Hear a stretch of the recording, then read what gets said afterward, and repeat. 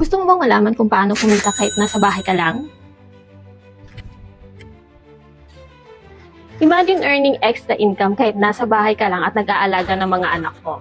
Sounds good, di ba? Pero paano? So, ipapakita ko sa iyo yung real and doable ways to make money online this 2025. Yung number 3 at number 4 usually ang ginagawa ko. Alam ko ang feeling na gusto mong kumita, pero paano kung wala kang oras dahil busy ka sa bahay? Or baka iniisip mo, wala naman ako experience or sana ko magsisimula.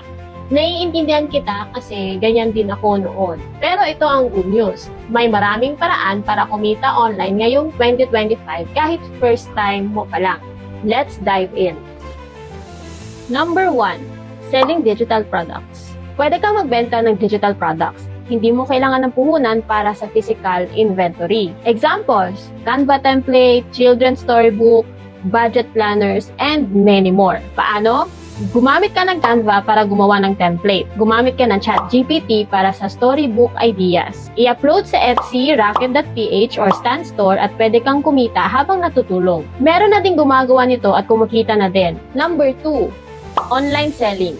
Kung may mga produkto kang gustong ibenta tulad ng handmade crafts, pre-loved, or brand new items, pwede mo itong ibenta online. Maraming platforms tulad ng Shopee at Lazada na pwede natin gamitin para magkaroon ka ng maraming customers. You can also sell on your social media accounts. Sa ganitong paraan, kahit nasa bahay tayo, pwede tayong kumita. Number 3, yung tinatawag na RevShare Affiliate Marketing. Dati iniisip ko, paano ako makabenta kung wala akong sariling produkto? Then, I discovered RevShare Affiliate Marketing. Ang maganda dito, ang company na ang bahala sa products, ikaw magpo-promote ka na lang. Number 2, may libreng training para matuto ka paano magbenta online. And number 3, pwede kang kumita ng unlimited commission sa isang effort mo lang. Gusto mong malaman paano ito ginagawa? I-comment affiliate at isi-share ko sa iyo ang isang bagong online course to help you get started for free. Number 4, freelancing. Ito mismo ang ginagawa ko. Nalaman ko, pwede palang ako mismo ang magbenta ng skills ko sa mga clients o sa mga tao na gusto ko. As a freelancer, ikaw ang boss. Ikaw ang magsiset ng price ng service mo. Pwede kang kumita kahit nasa bahay lang at your own flexible time. Ako, nakuha ko ang unang client ko mula sa aking sariling network or mga dating mga kakilala na.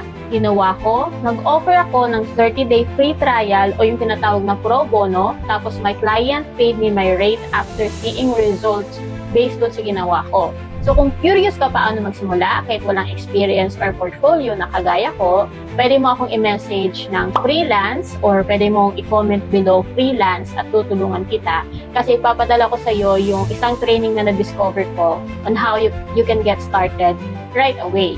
Ang goal ko ay matulungan ka na magkaroon ng income habang nasa bahay lang at kahit kasama ang pamilya mo.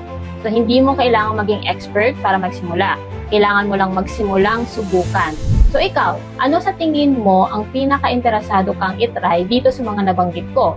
Comment below and follow me for more content like this.